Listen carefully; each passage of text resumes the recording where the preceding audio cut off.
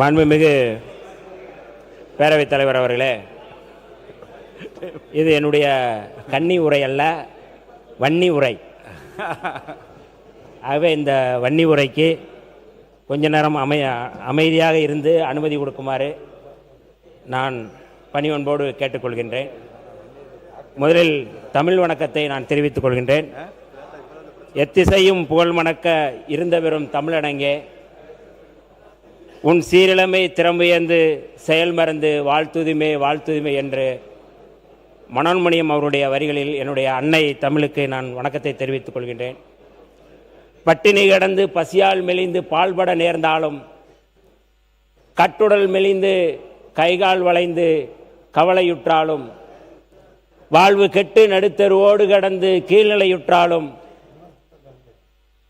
எந்தன் தமிழ் வளர்க்க வாழ்வு கெட்டு நடுத்தருவோடு கடந்து கீழ்நிலையுற்றாலும், மன்னன் வளர்த்த தமிழ் மகளை தொட்டு வளர்ப்பேனா என்று சொன்ன உணர்ச்சி கவிஞர் காசியானந்தன் அவருடைய வழிகளிலே தமிழ் மகளுக்கு என்னுடைய வணக்கத்தை தெரிவித்துக் கொள்கின்றேன்.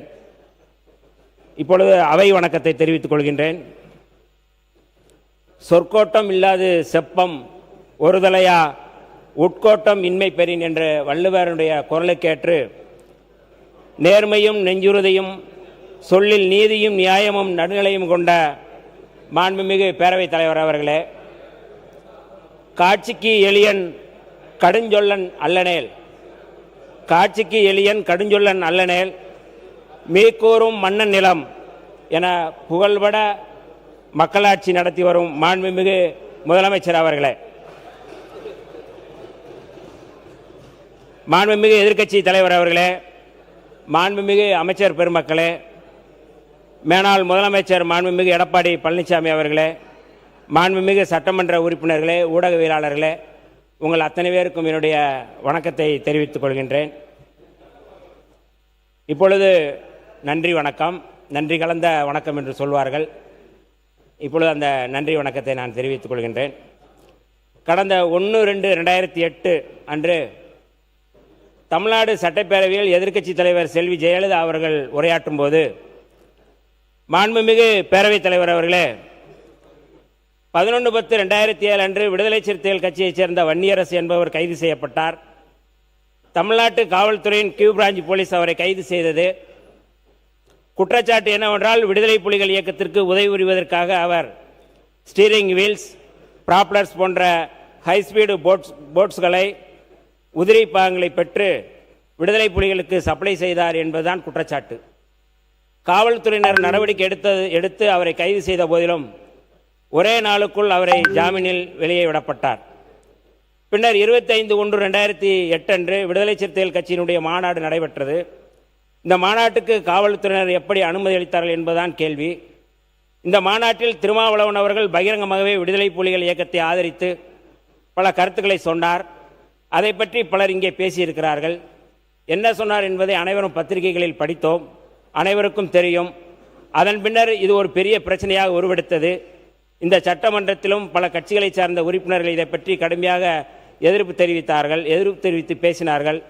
திருமாவளவனை கைது செய், வன்னியரசை கைது செய் என்று இந்த அவையிலே கோஷம் எழுப்பப்பட்டது என்று முன்னாள் முதலமைச்சர் ஜெயலலிதா அவர்கள் என்னை கைது செய்ய வலியுறுத்திய இதே சட்டப்பேரவையில் என்னை அமர வைத்து அழகு பார்த்து சட்டமன்ற உறுப்பினராக மட்டுமல்ல அமைச்சராகவும் அமர வைத்த என்னுடைய தலைவர் எழுச்சி தமிழர் தொல்காப்பியன் திருமாவளவன் அவர்களுக்கு முதலில் என்னுடைய நன்றியை நான் தெரிவித்துக் கொள்கின்றேன்.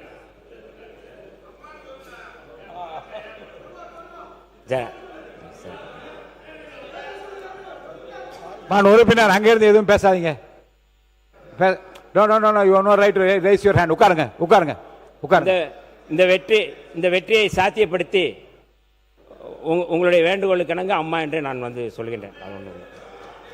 இதை சாத்தியப்படுத்தி இது பானை அல்ல பட்டத்து யானை என பானை சின்னத்தில் வாக்களித்து வெற்றி பெற வைத்த திண்டிவனம் தொகுதி மக்களுக்கு எமது நன்றி மலர்களை அவருடைய காலடியில் நான் சமர்ப்பிக்கின்றேன்.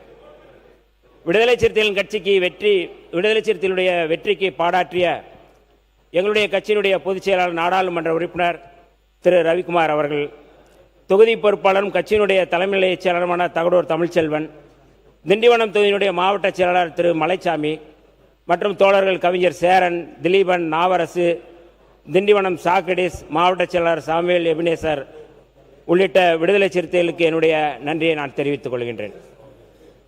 என் வெற்றியை விட வன்னியரசு வெற்றிதான் முக்கியமானது என எனக்காக தேர்தல் பரப்புரையில் ஈடுபட்டு என்னுடைய வெற்றிக்கு பாடாற்றிய திமுகவினுடைய இளைஞரணி தலைவரும் சட்டப்பேரவை எதிர்க்கட்சி தலைவருமான மாண்புமிகு உதயநிதி ஸ்டாலின் அவர்களுக்கு என்னுடைய நன்றியை இந்த நேரத்திலே தெரிவிக்க கடமைப்பட்டிருக்கின்றேன். அதேபோல ஆசிரியர் வீரமணி ஐயா அவர்களுக்கும் இந்த இடத்திலே நான் நன்றியை சொல்ல கடமைப்பட்டிருக்கின்றேன். எமது வெற்றிக்கு உறுதுணையாக இருந்த திமுகவினுடைய துணை பொதுச் செயலாளரும் நாடாளுமன்ற உறுப்பினருமான கவிஞர் கனிமொழி அவர்களுக்கும் என்னுடைய நன்றியை தெரிவிக்க கடமைப்பட்டிருக்கின்றேன். அதேபோல முன்னாள் அமைச்சர் சட்டமன்ற உறுப்பினர் மரியாதைக்குரிய அண்ணன் தங்கம் தென்னரசு அவர்களுக்கும் என்னுடைய நன்றியை தெரிவிக்க கடமைப்பட்டிருக்கின்றேன். திமுக மாவட்ட செயலாளர் மரியாதைக்குரிய திரு மஸ்தான் அவர்கள், பொறுப்பு அமைச்சராக இருந்து பாடாற்றிய முன்னாள் அமைச்சர் மாண்புமிகு அண்ணன் எம்ஆர்கே பன்னீர்செல்வம் அவர்களுக்கும், முன்னாள் அமைச்சர் மாண்புமிகு ஏவா வேலு அவர்களுக்கும், நாடாளுமன்ற உறுப்பினர் ஐயா ஜெகத்ரட்சன் உள்ளிட்ட திமுகவின் அத்தனை உறுப்பினர்களுக்கும் நான் நன்றி சொல்ல கடமைப்பட்டிருக்கின்றேன். திண்டிவனம் நகர தலைவர் திருமதி நிர்மலா ரவிச்சந்திரன், மரக்காணம் ஒன்றிய பெருந்தலைவர் திரு தயாளன், துணைத் தலைவர் திரு பழனி, உலக்கூர் ஒன்றிய பெருந்தலைவர் திரு சொக்கலிங்கம், திமுக நிர்வாகிகள் மரக்காணம் ரவிக்குமார், மயிலம் செலியன், திண்டிவனம் ஆசிரியர் கண்ணன், திண்டிவனம் ரமணன் உள்ளிட்ட அத்தனை திமுக அடலேயர்களுக்கும் என்னுடைய நன்றியை நான் தெரிவிக்க கடமைப்பட்டிருக்கின்றேன். தோழமை கட்சிகளான இந்திய கம்யூனிஸ்ட் கட்சி, மார்க்சிஸ்ட் கம்யூனிஸ்ட் கட்சி, காங்கிரஸ் பேர் இயக்கம், இந்திய யூனியன் முஸ்லீம் லீக், மனிதநேய மக்கள் கட்சி, எஸ்டிபிஐ உள்ளிட்ட அத்தனை தோழமை கட்சி தோழர்களுக்கும் என்னுடைய நன்றியை நான் தெரிவிக்க கடமைப்பட்டிருக்கிறேன். கூடுதலாக எமது வெற்றிக்கு உறுதுணையாக இருந்து என்னுடைய வெற்றியை உறுதிப்படுத்திய பாட்டாளி மக்கள் கட்சியினுடைய முன்னாள் மாவட்ட செயலாளர் திரு ஜெயராஜ் அவர்கள், முன்னாள் ஒன்றிய செயலாளர் திரு குமரன் உள்ளிட்ட அத்தனை தோழர்களுக்கும் என்னுடைய நன்றியை நான் தெரிவித்துக் கொள்ள கடமைப்பட்டிருக்கின்றேன். திண்டிவனம் தொகுதியினுடைய ஊடகவியலாளர்கள் அத்தனை பேருக்கும் இந்த இடத்திலே நான் நன்றி சொல்ல கடமைப்பட்டிருக்கிறேன். குறிப்பாக என்னை தொடர்ந்து என்னுடைய எழுத்துக்களை தொடர்ந்து தொடராக எழுத வைத்த நக்கீரனுடைய ஆசிரியர் நக்கீரன் கோபால் அவர்களுக்கும், ஊடகவியலாளர்கள் எஸ்கே முருகன், முத்துராமலிங்கன் அவர்களுக்கும், நான் ஊடகவியலாளராக சென்னையிலே பணியாற்ற தொடங்கிய போது சுதேசமித்திரன் நாளிதழில் என்னை உதவி ஆசிரியராக பணிபுரிய வைத்து என்னை சென்னையிலே தங்க வைத்த மரியாதைக்குரிய முன்னாள் உள்துறை செயலாளர் சுதேசமித்திரனுடைய ஆசிரியர் தடா நாகராஜன் அவர்களுக்கும் நான் நன்றியை தெரிவித்துக் கொள்கின்றேன். அதேபோல் நியூஸ் தமிழனுடைய தொலைக்காட்சியினுடைய உரிமையாளர் சகிலன் அவர்கள், கண்ணன் அவர்கள், சரவணகுமார் அவர்கள், நியூஸ் 7 தொலைக்காட்சியுடைய நிறுவனர் சுப்பிரமணியன் அவர்கள், நியூஸ் 18 ஆசிரியர் கார்த்திகை செல்வன் அவர்கள், புதிய தலைமுறையினுடைய ஆசிரியர் சமஸ் அவர்கள், விஜயன் கார்த்திகேயன் அவர்கள், அதேபோல் தந்தி தொலைக்காட்சியினுடைய ஹரி அசோகா அவர்கள், தினத்தந்தியினுடைய ஆசிரியர் சுகுமார் அவர்கள், தினகரனுடைய சுரேஷ் அவர்கள், விகடன் குழுமத்தினுடைய ஆசிரியர் விகேஷ் அவர்கள், சத்தியம் தொலைக்காட்சியினுடைய ஐசக் அவர்கள், பாலிமர் தொலைக்காட்சியினுடைய தினேஷ் அவர்கள், ஊடகவியலாளர் கவிதா முரளிதரன், ஹிண்டு கோலப்பன் உள்ளிட்ட அத்தனை ஊடகவியலாளருக்கும் என்னுடைய நன்றியை தெரிவித்துக் கொள்கிறேன். தேர்தல் நேரத்தில் இவர்களெல்லாம் என்னை ஊக்கப்படுத்தி இம்மாதிரி நீங்கள் செயல்பட வேண்டும் என்ற உத்தியை வகுத்தவர்கள். ஆகவே அவர்களுக்கும் இந்த நேரத்தினுடைய நன்றியை நான் தெரிவிக்க கடமைப்பட்டிருக்கிறேன். மேலும் எனது வெற்றிக்கு கடும் களமாடி என்னை வழிநடத்தி வரும் எனது இணையர் ஆதிரை அவர்களுக்கும், அண்ணன்கள் ராமமூர்த்தி, வீரகுமார் அவர்களுக்கும் இந்த நேரத்தினுடைய நன்றியை தெரிவித்துக் கொள்கின்றேன். எப்போதும் ஆலோசனைகளை கூறி ஊக்கப்படுத்தி வரும் கட்சியினுடைய பொதுச் செயலாளர் மரியாதைக்குரிய முன்னாள் சட்டமன்ற உறுப்பினர் சிந்தனை செல்வன் அவர்களுக்கும் எனது நன்றியை தெரிவித்துக் கொள்கின்றேன். எப்போதும் என் மீது அக்கறை கொண்டுள்ள தென் மாவட்டங்களில் பழைய ராமநாதபுரம் மாவட்டம், இன்றைய விருதுநகர் மாவட்டம், அந்த மாவட்டத்தில் இன்றைக்கும் பேருந்து வசதி இல்லாத கிராமம்தான் நான் பிறந்த அயன் ரெட்டியப்பட்டி கிராமம். சொந்த ஊரில் இருந்து அப்படிப்பட்ட அந்த ஊரிலிருந்து திண்டிவனம் தொகுதியில் தங்கி களப்பணியாற்றிய உறவுகள் மனோகரன் உள்ளிட்ட அத்தனை பேருக்கும் நன்றியை தெரிவித்துக் கொள்கின்றேன். என்னோடு இருந்து தேர்தல் பணியில் களமாடிய தம்பிகள் முதல்வன், சேர்மத்துறை சஜித்குமார், ஹாரிஸ், இளவழகன் மற்றும் ஊடகவியலாளர் சந்தோஷ் உள்ளிட்ட விடுதலை சிறுத்தைகள் யாவருக்கும் எனது நன்றியை உரித்தாக்குகிறேன். தமிழ்நாடு முழுக்க இளைஞர்களை திண்டிவனத்தில் ஒருங்கிணைத்து பாடாற்றிய தம்பி ஜெஃப்ரி, அஜித் செல்வராஜ் உள்ளிட்ட தோழர்களுக்கும், படப்பை தியாகு உள்ளிட்ட தோழர்களுக்கும், கலைக்குழுக்களாக களமாடிய மக்கள் மன்றம் தோழர்கள் மகேஷ், ஜெஸ்ஸி, பழங்குடி இருளர் பாதுகாப்பு சங்கத்தின் பேராசிரியர் பிரபா கல்விமணி உள்ளிட்ட அத்தனை பேருக்கும் என்னுடைய நன்றியை தெரிவித்துக் கொள்கிறேன். இத்தோடு சேர்த்து நான் முக்கிய நன்றியை நான் தெரிவிக்க கடமைப்பட்டிருக்கின்றேன். 1758 1759 ஆண்டு பிரெஞ்சு படை சென்னை மாகாணத்தில் சென்னையை இங்கே தாக்கும் பொழுது இந்த கோட்டையிலே நின்று இந்த கோட்டையை பாதுகாத்த ஒரு படை இருக்கிறது. அன்றைக்கு பிரிட்டிஷார் படை பல்வேறு ரெஜிமெண்ட்டுகளை உருவாக்கினார்கள். மகாராஷ்டிராவிலே மகர் ரெஜிமெண்ட் ஒன்று இருந்தது. அதேபோல் சென்னையிலே பறையர் ரெஜிமெண்ட் ஒன்று இருந்தது. அந்த ரெஜிமெண்ட் தான் பிரெஞ்சு படையை வீழ்த்தி இந்த கோட்டையை காப்பாற்றியது. அப்படிப்பட்ட கோட்டையில் நின்று இன்றைக்கு சட்டப்பேரவையில் நானும் உட்கார்ந்து பேசுவதற்கான ஒரு வாய்ப்பை உருவாக்கிய அந்த பறையர் ரெஜிமெண்ட்டுக்கும் என்னுடைய நன்றியை நான் தெரிவிக்க கடமைப்பட்டிருக்கின்றேன். இப்பொழுது வீர வணக்கத்தை நான் தெரிவித்துக் கொள்கின்றேன். நான் இந்துவாக பிறந்தேன், ஆனால் ஒருபோதும் இந்துவாக சாக மாட்டேன் என்று சொன்ன புரட்சியாளர் அம்பேத்கர் அவர்களுக்கு இந்த அவையில் என்னுடைய நன்றியை நான் தெரிவித்துக் கொள்கின்றேன். கடவுள் இல்லை, கடவுள் இல்லை, கடவுள் இல்லவே இல்லை என்று சனாதனத்துக்கு எதிராக, சாதியத்துக்கு எதிராக சமராடிய தந்தை பெரியார் அவர்களுக்கு இந்த அவையில் என்னுடைய வீர வணக்கத்தை நான் தெரிவித்துக் கொள்கின்றேன்.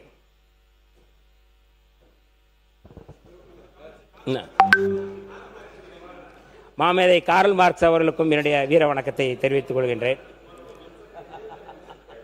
சமத்துவத்திற்காக சாதி ஒழிப்பு களத்தில் களமாடி வீரச்சாவடைந்த போராளிகள் இமானுவேல் சேகரன், மேலவளவு முருகேசன் உள்ளிட்ட அத்தனை சாதி ஒழிப்பு போராளிகளுக்கும் என்னுடைய வீர வணக்கத்தை தெரிவித்துக் கொள்கின்றேன். தாயகம், தேசியம், தன்னாட்சி என தமிழீழ விடுதலை களத்தில் வீரச்சாவடைந்த மாவீரர்களுக்கும் பொதுமக்களுக்கும் எமது செம்மார்ந்த வீர வணக்கத்தை தெரிவித்துக் கொள்கின்றேன். பேரறிவாளன் உள்ளிட்ட 3 தமிழர்கள் விடுதலைக்காக மரண கொட்டடியில் இருந்தபோது அவர்களுடைய விடுதலைக்காக வீரச்சாவடைந்த காஞ்சிபுரம் மக்கள் மன்றத்தைச் சேர்ந்த செங்கொடி அவர்களுடைய நினைவு நாள் என்று அவருக்கும் இந்த நேரத்திலுடைய வீர வணக்கத்தை தெரிவித்துக் கொள்கின்றேன். தமிழீழ விடுதலை களத்தில் வீரச்சாவடைந்த கரும்புலி முத்துக்குமார் அவர்களுக்கும் என்னுடைய வீர வணக்கத்தை நான் இந்த களத்திலே இந்த அவையில் நான் தெரிவிக்க கடமைப்பட்டிருக்கின்றேன். எனக்கு கம்யூனிஸ்ட் கட்சியை அறிமுகப்படுத்தியவர், பகத்சிங்கை அறிமுகப்படுத்தியவர், கார்ல் மார்க்ஸை அறிமுகப்படுத்தியவர், மாமேதை லெனினை அறிமுகப்படுத்தியவர் என்னுடைய தந்தை மல்லப்பன் ரத்னசாமி. போராட்ட களத்தில் எப்போதும் என்னை ஊக்கப்படுத்தி வந்தவர். அவருக்கு இந்த நேரத்தில் என்னுடைய வீர வணக்கத்தை தெரிவித்துக் கொள்கிறேன். என்னுடைய தாயாருக்கும் என்னுடைய வீர வணக்கத்தை தெரிவித்துக் கொள்கின்றேன். அதேபோல விடுதலை சிறுத்தைகளுக்கு உயிரூட்டிய எங்களுடைய அங்கனூர் தந்தை தொல்காப்பியன் அவர்களுக்கும் என்னுடைய வீர வணக்கத்தை தெரிவித்துக் கொள்கின்றேன். இந்த நாள் மிக முக்கியமான நாள், வரலாற்று சிறப்புமிக்க நாள். நான் மல்லாங்கண்ணிலே படித்தபோது அப்பொழுது அந்த பகுதியில் தென் மாவட்ட கலவரங்கள் மிகுந்த மோசமாக நடைபெற்ற காலம் அந்த காலம். இந்த கலவரத்தை தடுத்து நிறுத்துவதற்காக என் உயிரே போனாலும் நான் இந்த கலவரத்தை தடுத்து நிறுத்துவேன் என்று தென் மாவட்டங்களில் கலவரம் நடந்து கொண்டிருந்த சூழலிலே அந்த களத்திலே உள்ளே போய் மக்களை அமைதிப்படுத்திய ஒரு மகத்தான தலைவர் அங்கே இருந்தார். அவர்தான் முன்னாள் அமைச்சர் வே தங்கப்பாண்டியன் அவர்கள். அவர்களுக்கும் திராவிட முன்னேற்ற கழகத்தைச் சேர்ந்த விருதுநகர் மாவட்டத்தினுடைய மாவட்ட செயலாளர். அவருக்கும் இந்த நேரத்தினுடைய வீர வணக்கத்தை, செம்மார்ந்த வணக்கத்தை நான் தெரிவிக்க கடமைப்பட்டிருக்கின்றேன். கடந்த காலங்களை நான் இந்த அவையிலே நினைத்து பார்க்கின்றேன். எங்களுடைய தலைவர் எழுச்சி தமிழர் அவர்கள் இதே அவையிலே சட்டமன்ற உறுப்பினராக அமர்ந்தவர். அந்த அவையில் என்னையும் அவர் அமர வைத்து அழகு பார்த்தார். நேற்றைக்கு கூட ஒரு குழந்தையை பள்ளிக்கு விட்டு செல்வதைப் போல விட்டு சென்று இப்பொழுதும் அவர் பார்த்து கொண்டுதான் இருக்கிறார். இன்றைக்கு என்னை எழுத வைத்து, பேச வைத்து, போராட வைத்த ஒரு மகத்தான ஒரு போராளி தலைவராக இருக்கிறார். விடுதலை சிறுத்தைகளுடைய இலக்கு என்பது முதல் சாதி ஒழிப்பு, தமிழ் தேசியம், பெண் விடுதலை, வர்க்கபேத ஒழிப்பு, வல்லாதிக்க எதிர்ப்பு, இதுதான் எங்களுடைய இலக்கு. இந்த சாதி ஒழிப்பு களத்திலே தொடர்ந்து இந்த களத்திலே நாங்கள் செயல்பட்டு வருகின்றோம். மாண்புமிகு முதல்வர் அவர்கள் இன்றைக்கு பிறப்புக்கும் எல்லா உயிர்க்கும் என்று அந்த முழக்கத்தை வைத்தார்கள்.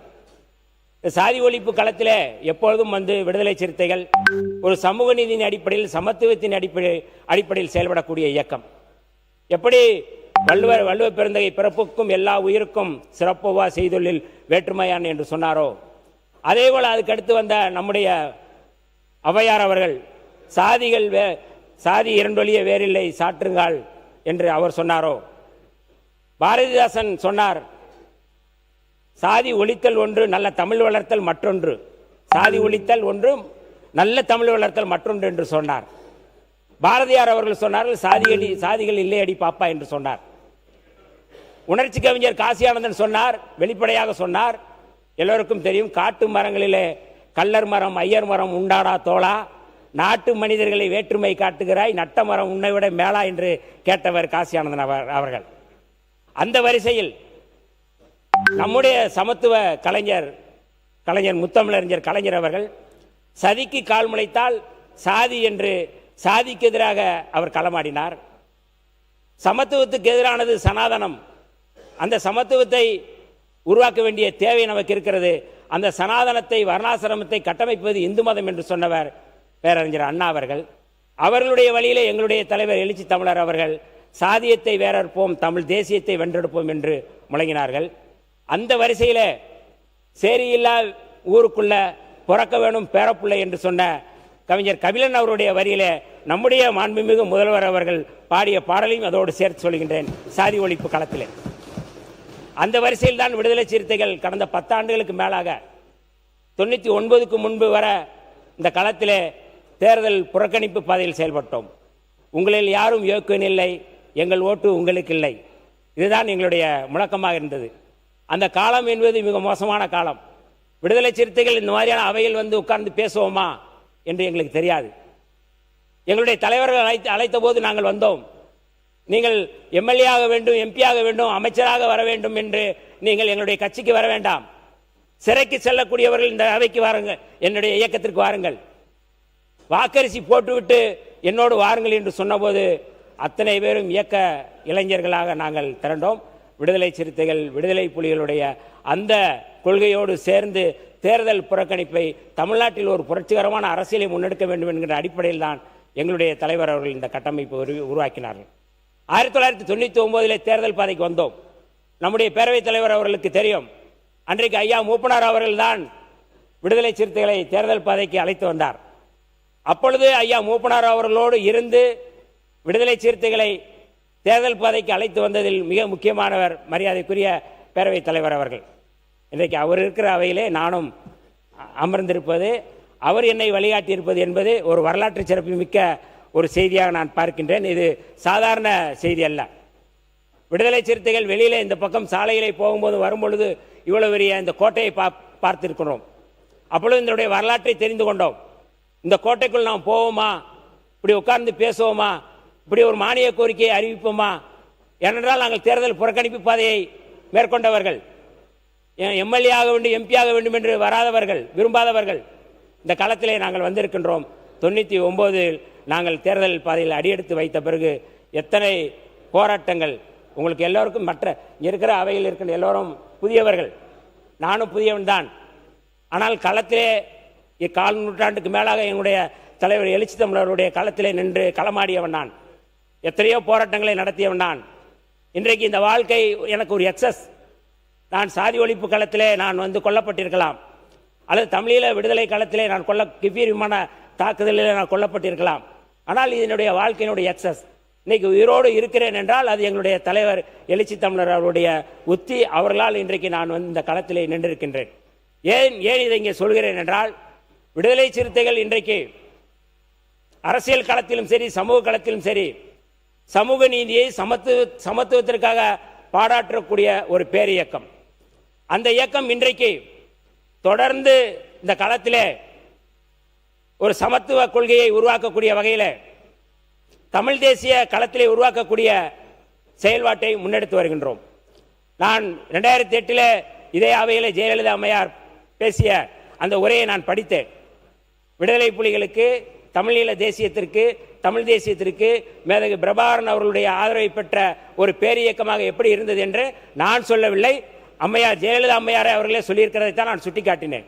ஆக அப்படிப்பட்ட ஒரு தமிழ் தேசிய பேரியக்கம் இன்றைக்கு இந்த களத்தில் மாண்புமிகு முதல்வர் ஜோசப் விஜய் அவர்களுடைய தலைமையில் ஒரு அமைச்சரவையில் பங்கெடுத்திருப்பது என்பது ஒரு வரலாற்று சிறப்புமிக்க ஒரு பங்களிப்பாக நாங்கள் பார்க்கின்றோம். ஏனென்றால் மானிய கோரிக்கையை தொலைக்காட்சியிலோ அல்லது மற்றவர்கள் படிக்கும் பொழுது தொலைக்காட்சியில் கேட்டுக்கொண்டிருந்தவர்கள் இன்றைக்கு மானிய கோரிக்கையை படிக்கின்ற வகையில் அப்படியான ஒரு வாய்ப்பை வழங்கி இருக்கிறார் நம்முடைய மாண்புமிகு முதல்வர் ஜோசப் விஜய் அவர்கள். அதற்காகத்தான் நான் அந்த நன்றியை மீண்டும் மீண்டும் சொல்ல நான் கடமைப்பட்டிருக்கின்றேன். தோழர்களே, இந்த களத்தில், தேர்தல் களத்தில் நான் படித்தேன். இத்தனை பேர் நான் திமுக தோழர்கள் எல்லாருக்கும் நான் நன்றி சொன்னேன். எனக்கு பெல்ஸ் பால்சி என்ற ஒரு தேர்தல் நேரத்திலே ஒரு நோய் அட்டாக் ஆனது. அப்படியே அப்பொழுது மாண்புமிகு நம்முடைய அன்றைக்கு அமைச்சராக இருந்தார் அவர் MRK பன்னீர்செல்வம் அண்ணன் அவர்கள்.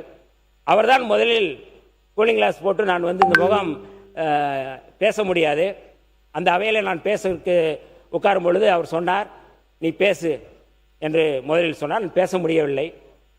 எனக்காக பேசி என்னுடைய வெற்றிக்காக பாராட்டிய மிக முக்கியமான திராவிட முன்னேற்ற கழகத்தினுடைய ஒரு தலைவர் என்றால் என்னுடைய அண்ணன் MRK பன்னீர்செல்வம் அவர்கள். நாங்கள் தொடர்ந்து நன்றிகளை சொல்லிக்கொண்டே தான் இருக்கின்றோம். ஆனால் அந்த பகுதியில் பேசக்கூடியவர்கள் யாருமே எங்களுடைய தலைவர் எழுச்சி தமிழர் தொல்காப்பியன் திருமாவளவன் அவர்களுக்கு நன்றி சொன்னதாக தெரியவில்லை.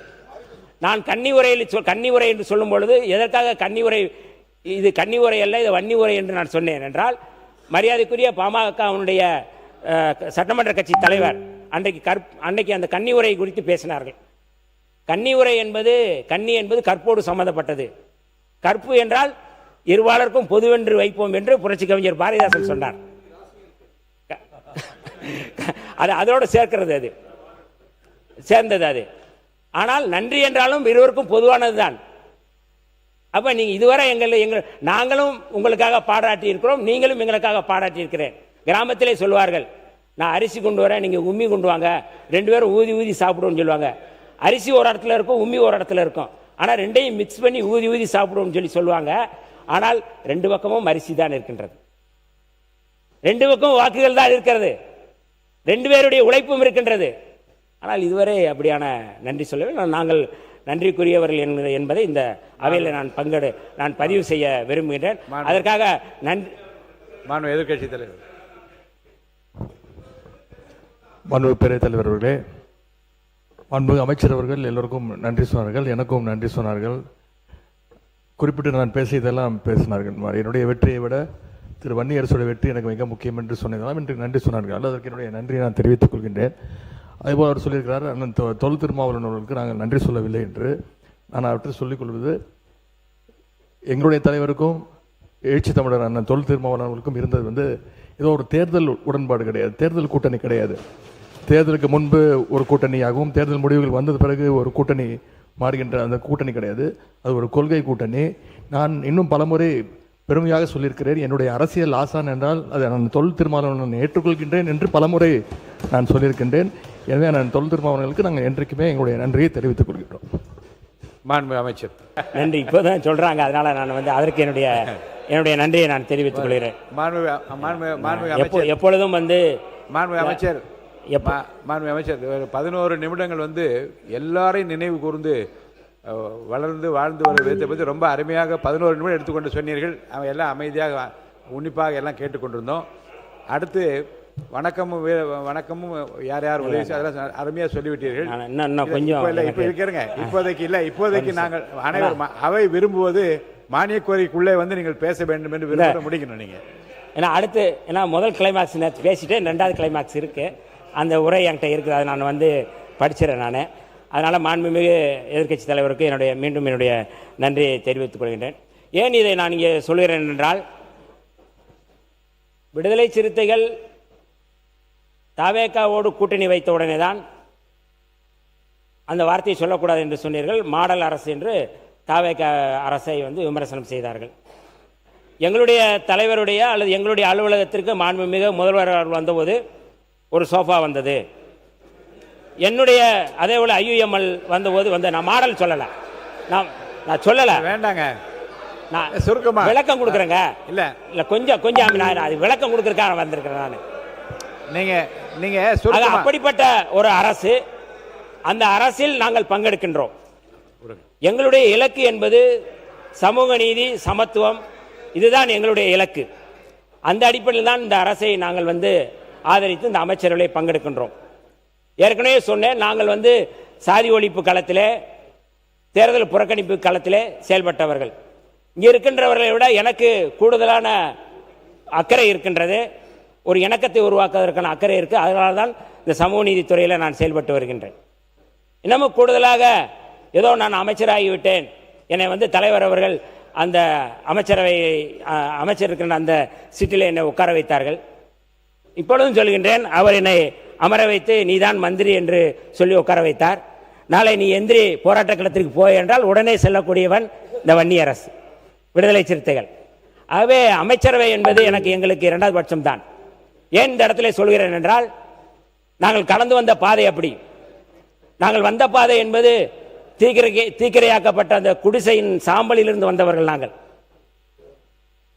போராட்ட களத்திலே நாங்கள் வந்தபோது வெறுமனே ரத்தமும் சகதியாக அந்த ஆணவ படுகொலைகளிலிருந்து நாங்கள் வெளியே வந்தவர்கள்.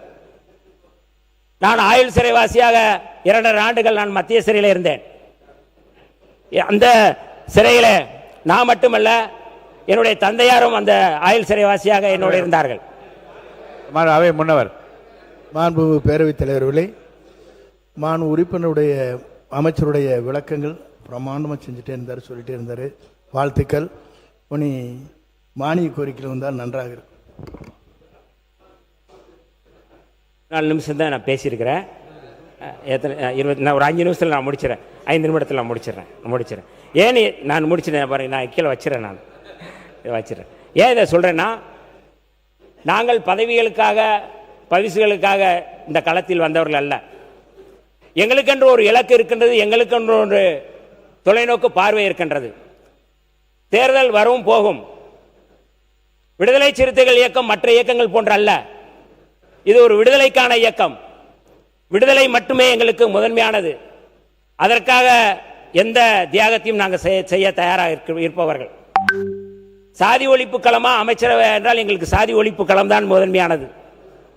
அமைச்சரா அல்லது தமிழீழ விடுதலை என்றால் எங்களுக்கு தமிழீழ விடுதலை களம் தான் எங்களுக்கு முதன்மையானது. ஆகவே எங்களை பார்த்து யாரும் இவர்கள் பதவிக்காக போனார்கள் என்று சொல்ல முடியாது. ஏனென்றால் நாங்கள் சமத்துவத்துக்காக, சமூக நீதிக்காக நிற்கக்கூடியவர்கள் என்கின்ற கருத்துக்காக அதை சொன்னேன்.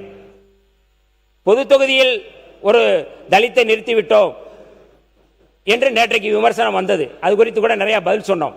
அதை மட்டும் சொல்லி என்னுடைய உரைக்கு நான் செல்ல விரும்புகின்றேன்.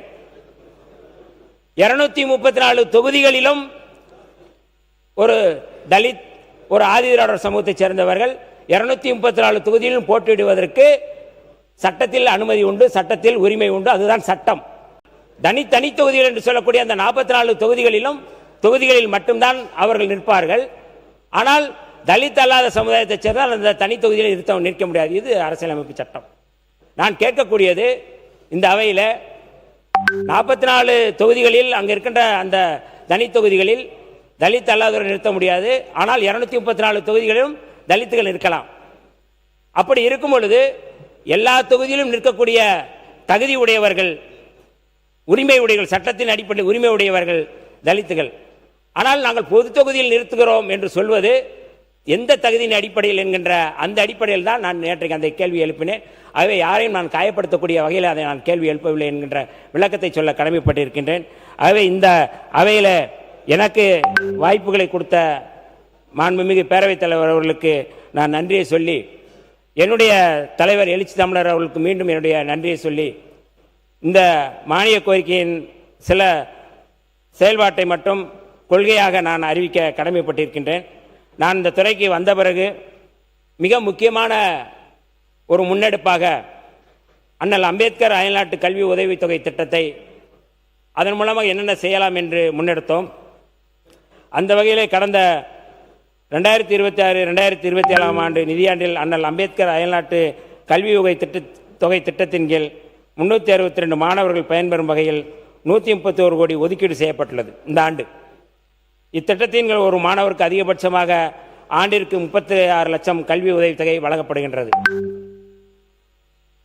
MC ராஜா விடுதியில் நம்முடைய பிற்படுத்தப்பட்ட நலத்துறை அமைச்சர் மரியாதைக்குரிய சம்பத்குமார் அவர்கள் பேசிய போது சொன்னார்கள், மாண்புமிகு முதல்வர் அவர்கள் அந்த MC ராஜா விடுதியை சந்தித்த போது, ஆய்வு செய்த போது, மாணவர்களை சந்தித்த போது என்னென்ன குறைகள் இருக்குது என்பதை கேட்டறிந்தார்கள். அதற்கு பிறகு தமிழ்நாடு முழுக்க நாங்கள் எல்லா இடங்களிலும் சுற்றி சுழன்று என்னென்ன தேவைகள் என்பதை கண்டறிந்து அதை நாங்கள் நிவர்த்தி செய்வதற்காக இன்றைக்கு அந்த வேலைகளை செய்து கொண்டிருக்கிறோம்.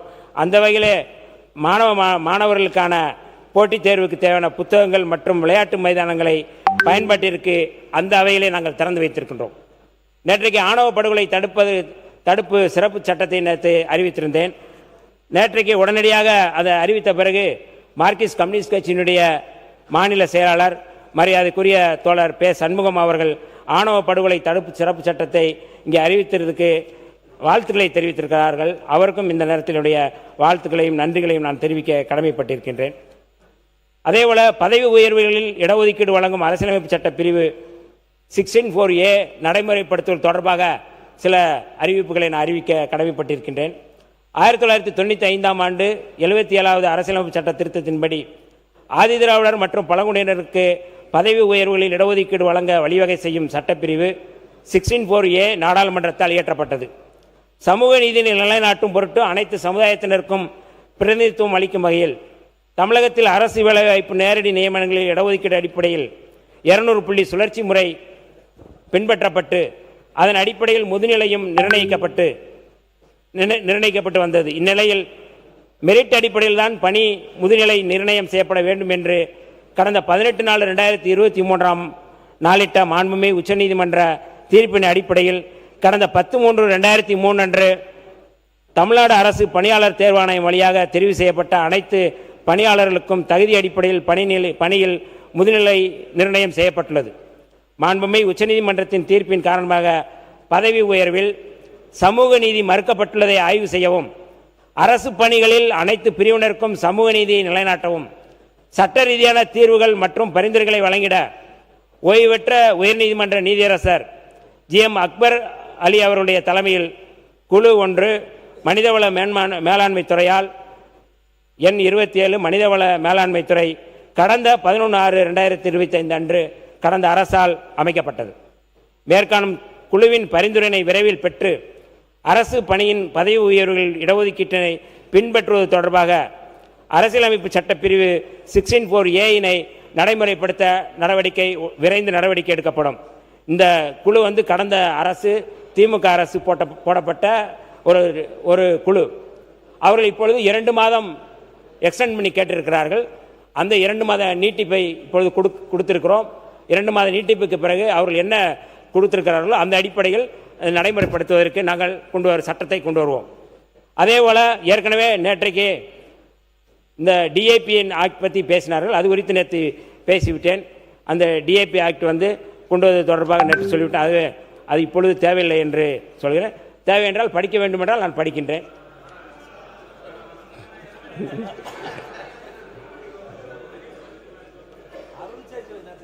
நேற்று அறிவிச்சிட்டோம். நேற்றைக்கு அறிவித்த அறிவிப்புகள் ஆணவ படுகொலை தடுப்பு சிறப்பு சட்டம் ஒன்று, டிஏபி ஆக்ட் தொடர்பாக நாங்கள் அறிவித்திருக்கிறோம். இப்பொழுது வெற்றி தொழில் முனைவோர் திட்டம் ஆதிதிராவிடர் மற்றும் பழங்குடியின மக்களின் வாழ்வாதாரத்தை உயர்த்துவதையும் நிலையான வளர்ச்சியையும் உறுதி செய்வதற்கு வெற்றி தொழில் முனைவோர் திட்டம் செயல்படுத்தப்படும். இத்திட்டத்திற்கு ரூபாய் 75 கோடி ஒதுக்கீடு செய்யப்பட்டுள்ளது. இத்திட்டத்தின் மூலம் பயனாளிகள் மொத்த திட்ட செலவில் 35% மானியம் முன்பண மானியமாக பெறுவார்கள். வங்கிக் கடன் தவணைகளை தவறாமல் செலுத்தும் பயனாளிகளுக்கு 6% வட்டி மானியம் வழங்கப்படுகிறது. அதேபோல மண்ணின் மகள் திட்டம் ஆதிதிராவிடர் மற்றும் பழங்குடியின பெண் விவசாய தொழிலாளர்களை நில உரிமையாளர்களாக மாற்றும் நோக்கில் மண்ணின் மகள் என்ற திட்டம் உருவாக்கப்பட்டு அதற்கு 20 கோடி நிதி ஒதுக்கீடு செய்யப்பட்டுள்ளது. இத்திட்டத்தின் மூலம் சந்தை மதிப்பில் 50% அல்லது அதிகபட்சமாக 5 லட்சம் வரை வழங்கப்படும். இத்திட்டத்திற்கான நிலம் ஆதி திராவிடர் மற்றும் பழங்குடியினர் அல்லாதவரிடம் இருந்து பெறப்படும் முத்திரை வரி மற்றும் பதிவு கட்டணம் இரண்டும் முழுமையாக விலக்களிக்கப்படுகிறது.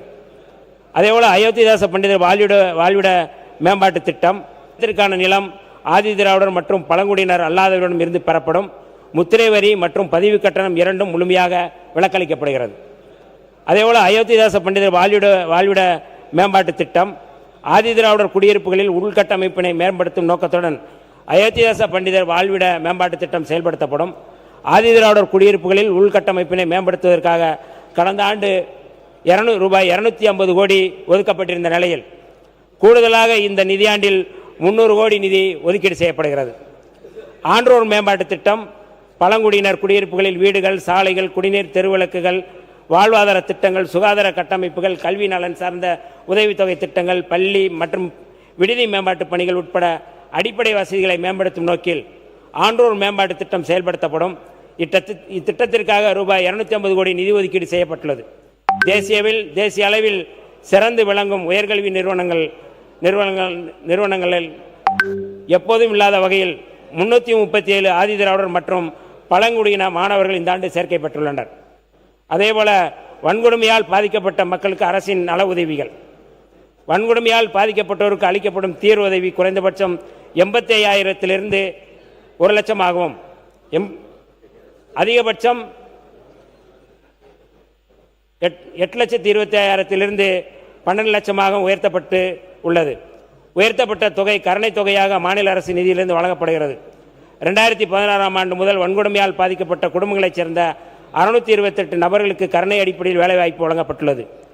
சிவில் உரிமைகள் பாதுகாப்பு சட்டம் 1955 மற்றும் வன்கொடுமை தடுப்பு சட்டம் 1989 ஆகியவற்றை உறுதியாக நடைமுறைப்படுத்துவதற்காக சமூக நீதி மற்றும் மனித உரிமைகள் பிரிவு அதற்கென தனியே காவல்துறை தலைவர் ஐஜி தலைமையில் மாவட்டந்தோறும் துணை காவல் கண்காணிப்பாளர் கொண்ட தனிப்பிரிவாக செயல்பட்டு வருகிறது.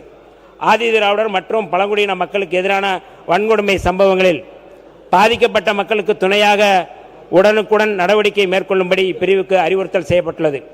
மேலும் வன்கொடுமை சம்பவங்கள் தொடர்பாக 24 மணி நேரமும் சமூக நீதி மற்றும் மனித உரிமைகள் பிரிவை பொதுமக்கள் தொடர்பு கொள்ளலாம்.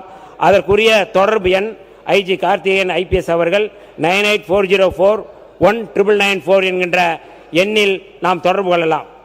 அதேபோல மாநில அளவிலான விழிப்புணர்வு மற்றும் கண்காணிப்பு குழுக்கள் ஆதி திராவிடர் மற்றும் பழங்குடியினர் சட்டத்தின் செயலாக்கத்தினை கண்காணிக்கவும் ஆய்வு செய்யவும் மாநில அளவிலான விழிப்புணர்வு மற்றும் கண்காணிப்பு குழு 18/6/2026 அன்று மாண்புமிகு முதல்வர் தலைமையில் திருத்தி அமைக்கப்பட்டுள்ளது. மேலும் அனைத்து மாவட்டங்களிலும் மாவட்ட ஆட்சியர் தலைமையில் மாவட்ட விழிப்புணர்வு மற்றும் கண்காணிப்பு குழு திருத்தி அமைக்கப்பட்டுள்ளது. சிறப்பு நீதிமன்றங்கள் ஆதி திராவிடர் மற்றும் பழங்குடியினருக்கு எதிராக நடைபெறும் குற்றங்கள், அவர்களுக்கு வழங்கப்பட வேண்டிய மறுவாழ்வு மற்றும் தீர்வுதவிகள் தொடர்பான வழக்குகளை விரைந்து முடிக்க ஏதுவாக தமிழகத்தில் 22 தனி சிறப்பு நீதிமன்றங்கள் அமைக்கப்பட்டுள்ளன. மேம்பாட்டு செயல் திட்டம் மாநில மன்றம் ஆதி திராவிடர் மற்றும் பழங்குடியினருக்கான மேம்பாட்டு செயல் திட்டத்தின் செயல்பாட்டினை ஆய்வு செய்யவும் உரிய அறிவுறுத்தல்களை வழங்கவும் மாண்புமிகு முதலமைச்சர் தலைமையிலான மாநில மன்றம் ஸ்டேட் கவுன்சில் திருத்தி அமைக்கப்பட்டு மாநில மன்ற கூட்டம் மாண்புமிகு முதல்வர் தலைமையில் கடந்த 4/8/2026 அன்று நடைபெற்றது. சமூக ஆர்வலருடன் ஆலோசனை கூட்டம், சமூக நீதி விடுதிகள், சமூக நீதி விடுதிகளுடைய ஆய்வு, அண்ணல் அம்பேத்கர் தொழில் முன்னோடிகள் திட்டம், போக்குவரத்து நிறுவனத்தில் பழங்குடியின இளைஞருக்கு வேலைவாய்ப்பு, பழங்குடியின கிராமங்களில் நீண்ட தூர கம்பியிலா இணைப்பு முறை, சமூக நீதி மற்றும் கலை இலக்கிய மேம்பாடு, அம்பேத்கர் விருது, சமுதாயத்தில் உள்ள சாதி வேறுபாடுகளை களைந்து சமத்துவத்தை நிலைநாட்டும் பொருட்டு ஆதி திராவிடர் மற்றும் பழங்குடியின மக்களுக்காக தொண்டாற்றி வரும் தமிழ்நாட்டைச் சேர்ந்த ஒருவருக்கு தமிழ்நாடு முதலமைச்சர் அவர்களால் ஆண்டுதோறும் திருவள்ளுவர் தினத்தன்று டாக்டர் அம்பேத்கர் விருது வழங்கப்படும். இவ்விருதுடன் பரிசு தொகையாக 5 லட்சத்துக்கான காசோலை, தகுதியுரை மற்றும் 8 கிராம் தங்கப்பதக்கம் வழங்கப்படுகின்றது. கிராமங்களுக்கான ஊக்கத்தொகைகள், இது ரொம்ப மிக முக்கியமான அறிவிப்பு. சாதி வேறுபாடின்றி சமத்துவ ஈடுபாடுகளை கொண்டுள்ள கிராமங்களுக்கு ரூபாய் 10 லட்சம் ரொக்க பரிசு வழங்கப்படும். இப்பரிசு தொகையானது அந்த கிராமத்தின் மேம்பாட்டு பணிகளுக்கு பயன்படுத்தப்படும். இத்திட்டத்தின் கீழ் ஒவ்வொரு மாவட்டத்திலும் சென்னை மாவட்டம் நீங்களாக 3 கிராமங்கள் தேர்ந்தெடுக்கப்படுகிறது. மாண்புமிகு பேரவைத் தலைவர் அவர்களே, அது மட்டுமல்லாது சாதிய வன்கொடுமைகளால் பாதிக்கப்பட்ட கிராமங்களில் சிறப்பு கவனம் செலுத்த இந்த அரசு முனைகிறது. அந்த வகையில் இந்த ஆண்டு மதுரை மாவட்டம் மேலூர் தாலுகா மேலவளவு கிராமம் தொடர்ந்து சாதிய வன்கொடுமைகளால் பாதிக்கப்பட்டு வருகிறது.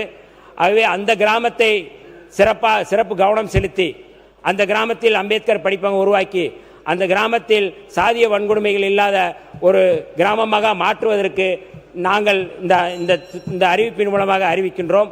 மிக முக்கியமான அறிவிப்பு. அதோடு சேர்ந்து தமிழ்நாடு முழுக்க அம்பேத்கர் படிப்பகங்களை உருவாக்குவது என்கின்ற அறிவிப்பையும் இந்த அவையின் வாயிலாக அறிவிக்க நாங்கள் பெருமை கொள்கின்றோம். ஊராட்சி விருது சாதி பாகுபாடற்ற சமூக நல்லிணக்க கிராமங்களை ஊக்குவிக்கும் பொருட்டு புதிய சமூக நல்லிணக்க ஊராட்சி விருது வழங்கப்படும். இத்திட்டத்தின்படி சமூக நல்லிணக்கத்துடன் செயல்படும் 10 ஊராட்சிகள் தேர்ந்தெடுக்கப்பட்டு அவ்வூராட்சிகளின் வளர்ச்சி பணிகளுக்காக தலா 1 கோடி வழங்கப்படும். இத்திட்டம் அடித்தள மக்கள் அனைவரையும் ஒன்றிணைத்து சமூக நல்லிணக்கத்தினை உருவாக்கும் நோக்கத்துடன் செயல்படுத்தப்படுகிறது. மேலும் ஆதி திராவிடர் மற்றும் பழங்குடியினர் அதிகமாக வாழும் குடியிருப்புகளில் சமுதாய கூடங்கள், பள்ளிக்கூடங்கள், விடுதிகள், அடிப்படை உட்கட்டமைப்புகள் மற்றும் பல்வேறு நலத்திட்டங்களை செயல்படுத்த வேண்டிய மாண்புமிகு அமைச்சர்களிடமிருந்தும் மாண்புமிகு சட்டமன்ற உறுப்பினர்களிடமிருந்தும் நூற்றுக்கணக்கான கோரிக்கைகள் வந்துள்ளன. எல்லாரும் கொடுத்த அறிக்கையில் தான் நான் சொல்கிறேன். நான் எல்லா 234 தொகுதிகளையும் மாண்புமிகு அமைச்சர்கள் மற்றும் மாண்புமிகு சட்டமன்ற உறுப்பினர்கள் கோரிக்கைகளை கனிவுடன் பரிசீலித்து தேவைக்கேற்ற திட்டங்களை விரைந்து செயல்படுத்தப்படும் என்பதை இந்த அவையில் கடமைப்பட்டிருக்கின்றேன். 2026-2027 ஆண்டிற்கான சமூக நீதித்துறையின் மானிய கோரிக்கையினை தயாரிப்பதற்கு முடிக்கிறேன். நான் இரவு பகலாக உழைத்த எமது துறையின் செயலாளர் மரியாதைக்குரிய டாக்டர் சுப்பையன் ஐஏஎஸ் அவர்களுக்கும், ஆதி திராவிட நல இயக்குனர் டாக்டர் செந்தில்ராஜ் ஐஏஎஸ் அவர்களுக்கும், டாட்கோ மேலாண்மை இயக்குனர் திரு கந்தசாமி ஐஏஎஸ் அவர்களுக்கும் 3 பேருக்குமே ஒரு ஒற்றுமை இருக்கு பாருங்க. சுப்பையன், செந்தில்ராஜ், கந்தசாமி 3மே முருகப்பெருமானுடைய பேர். இந்த முருகப்பெருமானுக்கு நெருக்கமான மலர் என்பது வன்னி மலர். அதையும் இந்த ஒரு சிறப்பான செய்தியை நான் சொல்கிறேன். அதே போல் பழங்குடியினர் நல இயக்குனர் அண்ணாதுரை அவர்களுக்கும் மற்றும் அனைத்து அதிகாரிகளுக்கும் எனது நன்றியினை தெரிவித்துக் கொள்கிறேன். மேலும் எமது துறைக்கு நிதியினை ஒதுக்கீடு செய்த மாண்புமிகு நிதியமைச்சர் மரிய வில்சன் அவர்களுக்கும், தலைமைச் செயலாளர் டாக்டர் சாய்குமார் அவர்களுக்கும், நிதித்துறை செயலாளர் மரியாதைக்குரிய சித்திக் அவர்களுக்கும் எனது நன்றியினை தெரிவித்துக் கொள்கின்றேன். இதில் ஒரே ஒரு செய்தியை நான் இது விட்டுவிட்டேன். இதில் இந்த அறிவிப்போடு நான் சேர்த்து சொல்ல விரும்புகின்றேன். பரந்தூர் விமான நிலைய திட்டம் கைவிடப்படும் என்று கடந்த 24/8/2026 அன்று மாண்புமிகு தமிழ்நாடு முதலமைச்சர் அவர்கள் அறிவித்ததை தொடர்ந்து விமான நிலைய திட்டத்தை எதிர்த்து மக்களின் உறுதிமிக்க தொடர் போராட்டத்தை ஒருங்கிணைத்து முன்னெடுத்த போராட்டக் குழுவினர் கடந்த 25/8/2026 அன்று மாண்புமிகு தமிழ்நாடு முதலமைச்சர் அவர்களை நேரில் சந்தித்து நன்றி தெரிவித்தனர். ஒரு நீண்டகால போராட்டத்திற்கு விடுதலை கிடைத்ததாக அவர்கள் மாண்புமிகு முதல்வர் அவர்களும் தெரிவித்தார்கள். தொடர்ந்து எம்மை நேரில் சந்தித்தார்கள். போராட்டத்தில் பங்கேற்று ஆதரவு வழங்கிய எல்லா தலைவர்களும் அவர்கள் சந்தித்திருக்கிறார்கள். அந்த வகையில் எங்களுடைய தலைவர் எழுச்சி தமிழர்களை சந்தித்து நன்றி தெரிவித்தார்கள். அவர்கள் இந்த சந்திப்பின் போது ஒரு கோரிக்கையை வைத்திருந்தார்கள். ஏகனாபுரம் மக்கள் தங்களுக்கு ஒரு சமூக நலக்கூடம் கட்டித்தர வேண்டும் என்று கோரிக்கை வைத்திருந்தார்கள். ஆகவே மக்களின் கோரிக்கை ஏற்று ஏகனாபுரம் பகுதியில் புதிதாக சமூக நலக்கூடம் ஒன்று கட்டித்தரப்படும் என்கின்ற அறிவிப்பையும் இந்த அறிவிப்பின் ஊடாக நான் செலுத்த கடமைப்பட்டிருக்கின்றேன். அதேபோல 27/3/2018 அன்று ஆணவ கொலை தொடர்பான அந்த ஆணவ படுகொலை தொடர்பான சட்டத்தில் ஒரு விரிவான ஒரு அறிக்கை மட்டும் நான் சொல்ல கடமைப்பட்டிருக்கின்றேன். சக்திவாகினி வழக்கில் அன்றைய உச்சநீதிமன்ற தலைமை நீதிபதி தீபக் மிஸ்ரா அளித்த தீர்ப்பில் ஆணவ கொலை, ஆணவ அச்சுறுத்தல் உள்ள தம்பதியர் அல்லது குடும்பத்தினரை பாதுகாப்பு இல்லத்தில் தங்க வைத்து அரசு பாதுகாப்பு அளித்திட வேண்டும் என்று, அதற்காக ஒவ்வொரு மாவட்ட தலைநகரிலும் இதற்கான பாதுகாப்பு இல்லங்களை அமைக்க மாநில அரசு பரிசீலனை செய்ய வேண்டும் என்றும் அந்த தீர்ப்பில் தெரிவித்துள்ளார்கள். இத்தகைய உச்சநீதிமன்ற தீர்ப்பின் அடிப்படையில் இந்த ஆணவ கொலை மற்றும் ஆணவ குற்றங்கள் சாதிய வன்கொடுமையால் பாதிக்கப்பட்டவரிடமிருந்து பெறப்பட்ட கருத்துக்களின் அடிப்படையிலும் சமூக செயற்பாட்டாளர்கள் வழங்கிய ஆலோசனையின் அடிப்படையிலும் வன்கொடுமை ஆபத்தில் உள்ளோருக்கும் வன்கொடுமையால் பாதிக்கப்பட்டோருக்கும் பாதுகாப்பு இல்லங்களை அமைக்க அரசு புதிய இல்லங்களை அமைக்க அறிவிப்பு செய்வதில் மகிழ்ச்சி அடைகின்றோம். இந்த தயாரிப்பில் உறுதுணையாக இருந்த தம்பி ஜோசு ஐசக் அவர்களுக்கும், சுந்தர், பொன்னிச்சாமி, ஜெகன் சண்முகவேல் உள்ளிட்ட அத்தனை பேருக்கும் என்னுடைய நன்றியை தெரிவித்துக் கொள்கின்றேன். இந்த கோரிக்கையை, இந்த அறிவிப்புகளை வெற்றி பெற செய்யுமாறு உங்கள் அவையில் நான் கேட்டுக்கொள்கின்றேன். மாண்புமிகு பேரவைத் தலைவர் அவர்களே, சமூக நீதித்துறையின் மானிய கோரிக்கையின் மீது மாண்புமிகு உறுப்பினர்கள் பலர் இங்கே வெட்டு தீர்மானங்களை தந்திருக்கிறார்கள். துறை சார்ந்து நல்ல பல ஆலோசனைகளையும் அறிவுரைகளையும் மாண்புமிகு உறுப்பினர்கள் அவை முன் எடுத்து வைத்துள்ளீர்கள். இந்த வெட்டு தீர்மானங்களுக்கெல்லாம் கொள்கை விளக்க குறிப்பிலும் எனது பதிலுரையிலும் பல விரிவான விளக்கங்களை அளித்துள்ளேன். எனவே இந்த பதிலுரையை ஏற்று மாண்புமிகு உறுப்பினர்கள் தங்களது வெட்டு தீர்மானங்களை திரும்ப பெற்றுக்கொண்டு இந்த மானிய கோரிக்கையை நிறைவேற்றி தருமாறு மாண்புமிகு பேரவைத் தலைவர் வாயிலாக கேட்டுக்கொள்கின்றனர்.